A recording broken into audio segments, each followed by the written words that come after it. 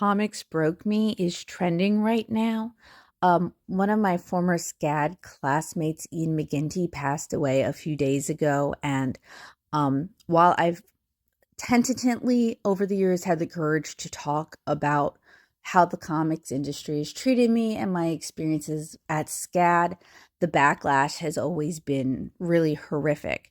I hope you guys will check out this hashtag because while it's a really horrible situation and I am so sorry that Ian passed away, my experiences with him were always that he was an absolutely delightful, kind-hearted, encouraging person. Comics has broken me as well. And my time at SCAD gave me such a bad anxiety disorder that I still struggle with to this day. And the backlash when people speak out about how the comics industry, how the convention industry, how the webcomic industry functions is so horrific that many of us just keep silent for fear of that abuse, or for fear of never finding work again, or for fear of being untouchable. When I spoke out about the sexual harassment that happened to me and to my peers while I was at SCAD, I was blacklisted. I was punished for talking about that and for bringing it to their attention. And that is something that has haunted me in many ways ever since. I got the title of being a bitch, and impossible to work with, because I had the nerve to mention the massive misogyny that was going on at the time. And career-wise, I've never quite recovered. And I hate to see that webcomics and conventions follow similar patterns. I don't know that a hashtag like comics broke me is going to fix all our problems, but I'm so glad people are talking about it.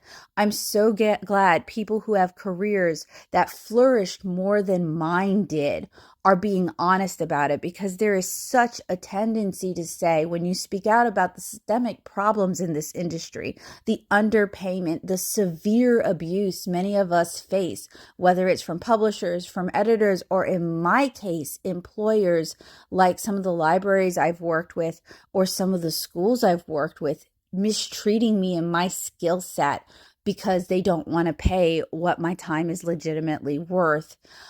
It's really heartening to see people who are more successful than I am speaking out about it, because people will just call me sour grapes when I say something about it. And when I talk about how bad this industry treats us, and honestly, how bad some of the fans treat us.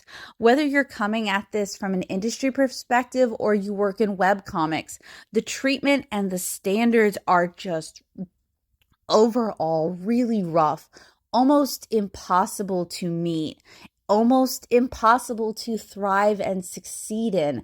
And there's a reason why many of us hit a certain age and we just tap out.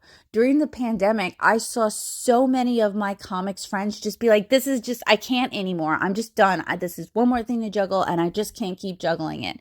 And it's in a way kind of heartening to see so many artists say the same things I've been saying, of like, comics broke me as a person. I had to take a 3-year sabbatical. Comics broke me as a person. I had to step away from my Kickstarter for a while. Comics broke me. I hate myself and I hate my life and I hate everything I make, and I can't quite figure out why. And it's because the back end of this industry, again, whether it's webcomics, conventions, gig work, or working with a publisher, is often so abusively bad. And I say that as someone who grew up in an abusive family, and I see a lot of the same tactics being used. It's so abusively bad, and it attracts people who have neurodivergencies, who have mental health issues, who grew up in that system, because many of us think we deserve to be treated like this. And many of us have been trained to just give our 300% and try to win the love of somebody who will never love us. So if you guys have the time, I would recommend you check out Comics Broke Me, not to become completely discouraged, but to see this and maybe become galvanized. Because if we work together and we support each other, and not just the tallest trees in the forest, not just the most popular artists, but everyone, if we support everyone, we can maybe change this ourselves.